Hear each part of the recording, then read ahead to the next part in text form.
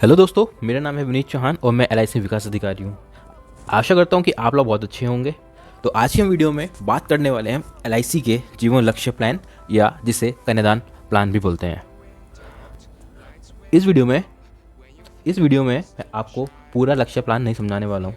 केवल मैं आपको बेनिफिट्स एंड कवरेज टेबल का वो टेबल या चार्ट समझाने वाला हूँ। ठीक है, तो टेबल या चार्ट वो मैं इसकी बात कर रहा हूँ जिसमें आप नॉर्मल कवर एक्सटेंडर कवर को देख रहे होगे। इसमें काफ़ी बड़े बड़े नंबर्स लिखे हुए हैं, है ना। तो ये नंबर आते कैसे हैं और इनकी कैलकुलेशन क्या है, मैं आपको वो समझाने वाला हूँ।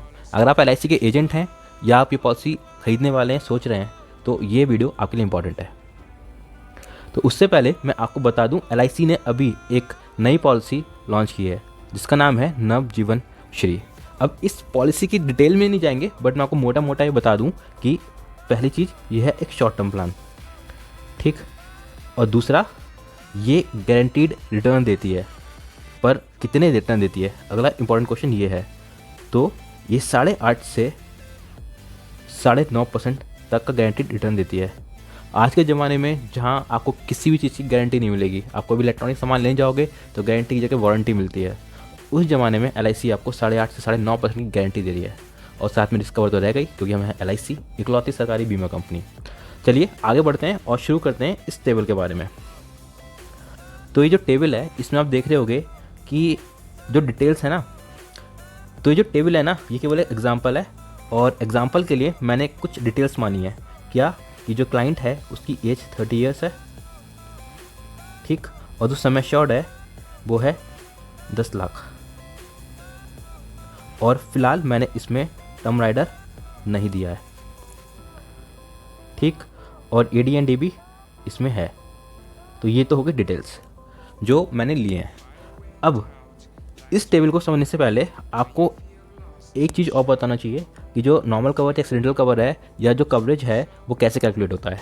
पहले आप ये वाला फॉर्मूला समझिए, फिर उसके बाद हम इस टेबल के ऊपर आएंगे। तो कवर का सीधा सा फॉर्मूला है क्या, सम एश्योर्ड होता है, ठीक है। हर प्लान में सम एश्योर्ड की पर्टिकुलर वैल्यू ली जाती है। जीवन लक्ष्य या कन्यादान में बोली जाता है 110%, ठीक, प्लस बोनसेस, जितने भी बोनस होंगे वो सारे काउंट होंगे, प्लस राइडर्स जो भी होंगे, ठीक है।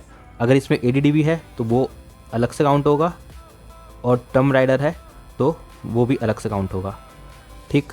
फिलहाल मैंने टर्म राइडर नहीं लिया है, बट ये मैं आपको यूज़ करके बताऊंगा और सिखाऊंगा कि कैसे इस्तेमाल होता है। तो जो ये रिस्क कवर कैलकुलेट किया जाता है उसका फॉर्मूला क्या है, उसका फॉर्मूला क्या है, सम, इस प्लान के लिए सम एश्योर्ड 110% लिया जाएगा, साथ में बोनसेस लिए जाएंगे, और जितने भी राइडर्स हैं वो सब ऐड किए जाएंगे, ठीक है। अब ये है हमारी टेबल, कवरेज टेबल।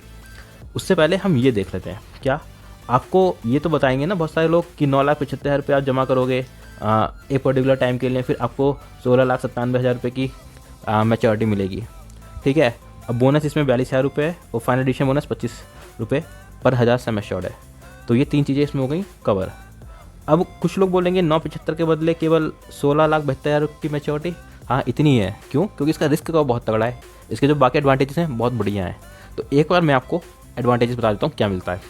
देखिए, मान के चलिए अगर कोई पर्सन है, ठीक है, जैसे हमने 30 ईयर्स की एज ली है, ठीक। अब इस इंसान ने पहली किस्त जब जमा की होगी तभी उसका प्लान एक्टिवेट हुआ होगा, है ना। अब उसके बाद में उसकी बात थी डेथ। अभी कौन सी डेथ है ये हम बाद में देखेंगे, एक्सीडेंटल हो नॉर्मल हो, उसके लिए हम कैलकुलेशन जब करेंगे तो हम देख लेंगे। तो इस पर्सन की डेथ होने के बाद में जो सबसे पहली चीज़ है वो क्या है, इसकी जो किस्त है वो माफ़ हो जाएगी, तो प्रीमियम एलआईसी माफ़ कर देगी। अब आप कहोगे इंसानी मर गया तो प्लान की प्लान ही कहाँ से चलेगा ना, जब इंसानी ख़त्म हो गया तो प्रीमियम तो माफ़ हो ही जाएगा। हाँ बिल्कुल सही बात है, प्लान तो चलेगा इसमें, ठीक है, पर प्रीमियम माफ़ हो जाएगी। क्यों, क्योंकि ये प्लान जितने साल का था उतने साल का ही चलता रहेगा एज इट इज़, बट आपको अब प्रीमियम नहीं जमा करनी है। वो कौन जमा करेगा, वो एलआईसी जमा करेगी। दूसरी चीज़ क्या है, जो भी सम एश्योर्ड है उसका 10% एलआईसी आपको हर साल देगी, ठीक। अब इस सम एश्योर्ड, जैसे ये वाला प्लान है, इसमें सम एश्योर्ड है हमारा 10 लाख, तो 10 लाख का 10% होता है 1 लाख। तो 1 लाख रुपये एलआईसी हर साल जो नॉमिनी है उसके खाते में डालती चली जाएगी। अब ये 1 लाख की वैल्यू तो आ गई, ठीक है। अब आपका एक सवाल आएगा, इसकी किस्त कितनी है, प्रीमियम कितनी गई होगी। तो इसकी जो ईयरली प्रीमियम है वो 76,000 के आसपास है। अब आप देख रहे हो जो प्रीमियम थी वो थी 76,000 रुपये, पर LIC कितना दे रही है, 1 लाख रुपया हर साल देगी। ठीक, तो पहला एडवांटेज क्या हुआ, यही कि किस्त माफ़ हो जाएगी। ठीक है, दूसरा जो समय शॉर्ट का 10% था वो जब तक प्लान मैच्योर होगा तब तक मिलेगा। तीसरा जो रिस्क कवर का पैसा था वो मिलेगा, और चौथा मैच्योरिटी भी मिलेगी, मैच्योरिटी अमाउंट भी मिलेगा। ठीक है, तो ये इसके 4 फ़ायदे हैं। प्लस अगर इंसान जीवित रह जाता है तो मैच्योरिटी है ही, पर अगर किसी की लाइफ में बहुत ज़्यादा रिस्क है, उसको ये चिंता सताती रहती है अगर मुझे कुछ हो गया तो मेरे परिवार का क्या होगा, तो उसके लिए ये प्लान बहुत बेटर है। क्यों, आपको मैच्योरिटी भी मिल रही है, सबसे बड़ी बात रिस्क कवर बहुत बढ़िया है, खर्चे चलाने के लिए 1 लाख रुपये मिलेगा। ठीक है, और प्रीमियम भी नहीं जमा करनी आगे। तो ये तो हो गया इसका USP। अब हम बात करते हैं ये 32,97,000 रुपये कहाँ से आया। ठीक है, अब इस 32,97,000 के ऊपर आप देख रहे हो नॉर्मल कवरेज लिखा हुआ है। नॉर्मल कवरेज मतलब कि एक्सीडेंट से उसकी डेथ नहीं हुई है, किसी और कारण से हुई है, हर बीमारी से, तो 32,97,000 रुपये मिलेगा। तो इसके लिए हम सबसे पहले अपना कैलकुलेटर ओपन करते हैं। ठीक है, और उसमें हम क्या कैलकुलेट करेंगे, जो हमने ऊपर फॉर्मूला लिखा था ना, ये वाला, इसको यूज़ करेंगे। ठीक है, अब इसको यूज़ करके मैं आपको कैलकुलेट करके दिखाता हूँ कि कैसे ये कैलकुलेशंस आती हैं। अब सबसे पहले आप ये देखिए, जो हमारा समय शॉर्ट था वो कितना था, 10 लाख। तो हमारा समय शॉर्ट है 10 लाख। ठीक, अब हम मान के चल रहे हैं कि फर्स्ट प्रीमियम के बाद में इस पर्सन की डेथ हो गई है, तो अब हम 10 लाख का 10% कैलकुलेट करते हैं। तो 10 लाख का 110% कितना आता है, तो देखिए ये है वैल्यू, ये हो गया 10 लाख। इसका 110% कितना हो गया, 1100,123। ठीक है, अब इसमें हमको क्या ऐड करने हैं, बोनस। अब प्लान कितने साल का है, उतने साल का उसमें बोनस ऐड होगा। अब बोनस हमने ऑलरेडी ऊपर लिखा हुआ है, ये देखिए, तो बोनस कितना है, 42,000 × 16, तो ये वैल्यू कितनी आई है, ये वैल्यू आई है 6,72,000 रुपये। तो अब इसमें हम 6,72,000 रुपये ऐड कर देंगे, प्लस हमको ये भी ऐड करना है, क्या, फाइनल एडिशन बोनस, ये कितना है, 25,000 रुपये। तो अभी तक की जो वैल्यू आई है वो आ गया है 17,97,000। ठीक है, ये तो केवल रिस्क कवर हो गया नॉर्मल डेथ में, तो इतना तो उसको मिलेगा इस इंसान को रिस्क कवर के तौर में। ठीक है, अभी डेथ हुई है, सारा डॉक्यूमेंटेशन पूरा हो गया, 17,97,000 रुपये उसको क्रेडिट हो जाएगा अगर इंसान की डेथ नॉर्मल होती है। अब जो हमारी वैल्यू आई है वो आई है 17,97,000 रुपये, बट इसमें तो वैल्यू कितनी है, 32 लाख है ना, तो बाकी का बचा हुआ क्या है। अब आपको मैंने एक चीज़ बताई थी कि इस इंसान को 10% हर साल मिलेगा, है ना, तो प्लान है 16 साल का। ठीक है, अब 16 साल का प्लान है तो 1 साल की तो किस्त दे चुका, तो मतलब क्या है कि जो 1 लाख रुपया मिलना है उसको, वो कितने साल तक मिलेगा, 15 साल तक। तो इसमें 15 लाख भी तो ऐड होगा। ठीक है, तो कर दो ऐड 15 लाख रुपए फिर इसमें।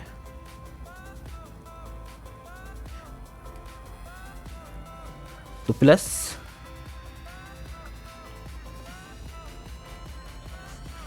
तो कितनी वैल्यू आ गई है, 32,97,000। ठीक है, अब ऊपर देख लेते हैं क्या वैल्यू थी, कितनी थी, 32,97,000 रुपये। अब आपको समझ में आया कि ये जो नॉर्मल कवरेज है 32,97,000 रुपये कैसे आया। ठीक है, तो सिंपल सी कैलकुलेशन है, समय शॉर्ट का 110% लेना है, प्लस जितने बोनसेस हैं वो जोड़ देने हैं, और जितने साल उसको 10% मिलना है वो जोड़ देना है। ठीक, अब मैंने आपको एक चीज़ बोली थी कि राइडर्स मैंने ऐड नहीं किए हैं। ठीक है, अब मैंने इतना तो ऐड कर दिया था, तो उसमें आ गया 32,72,000 रुपये। ठीक है, 97,000 रुपये। अब किसी की एक्सीडेंट से डेथ होती है तो उसे कितना मिलेगा, इसी वैल्यू में 32,97,000 रुपये में सम एश्योर्ड और जुड़ जाएगा। तो अगर सम एश्योर्ड 10 लाख रुपये है इस केस में, तो 10 लाख रुपये और जोड़ दो, तो हो गया ना 42,97,000 रुपये। तो बस ऐसे करके अगर एक्सीडेंटल डेथ होती है तो 42,97,000 रुपये मिलेंगे। अब मान के चलो किसी ने इस प्लान में टर्म राइडर भी दिया है, टर्म राइडर कितने लाख का, 10 लाख का, तो उस इंसान को कितने रुपया मिलेगा। और डेथ हुई है उसकी एक्सीडेंटल, तो सीधी सी बात है सम एश्योर्ड का 110% जुड़ जाएगा, प्लस एडीडीबी का 10 लाख जुड़ जाएगा, प्लस टर्म राइडर का 10 लाख जुड़ जाएगा। ठीक है, तो इसमें 10 लाख रुपए और जोड़ दो, तो जिसने टर्म राइडर लिया होगा उसे 92,97,000 रुपये मिलेंगे।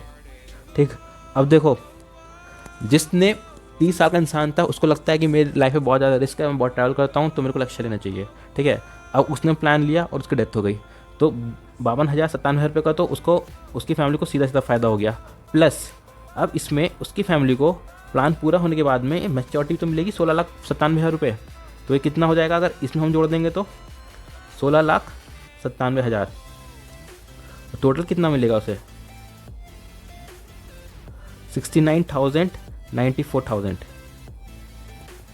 ठीक है, तो ये प्लान बहुत बढ़िया है और मेरे ख्याल से आपको ये टेबल समझ में आई हुई कैसे कैलकुलेट करना है। अब इसमें एक लास्ट चीज़ देख लीजिए, अब मैं इसको बंद कर दे रहा हूँ कैलकुलेटर को, है ना। अब क्या बचा इसमें, अब आप इसमें एक चीज़ देख रहे होगे कि पहले साल में वैल्यू थी 32 लाख, फिर कम होकर हो गई 31 लाख, फिर 30 लाख और फिर लास्ट में कितना रह गया 17 लाख। ये कम क्यों होता चला जा रहा है, तो इस टेबल में पूरा बताते हैं कितना मिला है। मैंने आपको बताया ना कि 10% जो मिलेगा सम एश्योर्ड का वो भी इसमें ऐड है। अब पहले साल इसको 1 लाख रुपये मिलना है, अगले साल वही 1 लाख रुपये कम हो जाएगा, फिर 1 लाख रुपये और कम हो जाएगा, फिर और कम हो जाएगा, फिर और कम हो जाएगा, तो ये हर साल 1 लाख रुपये कम होता चला जाएगा, इसीलिए ये वैल्यू कम होती चली आ रही है। ठीक है, तो स्टार्टिंग में इतने का बीमा है उसका और लास्ट में इतना का रह जाएगा in case of normal death. Accidental में इतने का कवरेज है और लास्ट में इतने कवरेज है। ठीक है, तो ये है इस टेबल को कैलकुलेट करने का तरीका। और मैं आपको बता दूं ये टेबल कैलकुलेट करना काफ़ी लोगों को नहीं आता है। ठीक है, तो मेरे ख्याल से आपकी डाउट क्लियर हो गई होगी। इन केस आपकी कोई डाउट हो या आपको कुछ पूछना हो तो आप मुझे कांटेक्ट कर सकते हैं मेरे व्हाट्सएप नंबर पे जो है 7983421572। ठीक है, आप इस पर व्हाट्सएप पे मैसेज कर सकते हैं। ठीक, अब मिलते हैं अगली वीडियो में, तब तक जय हिंद।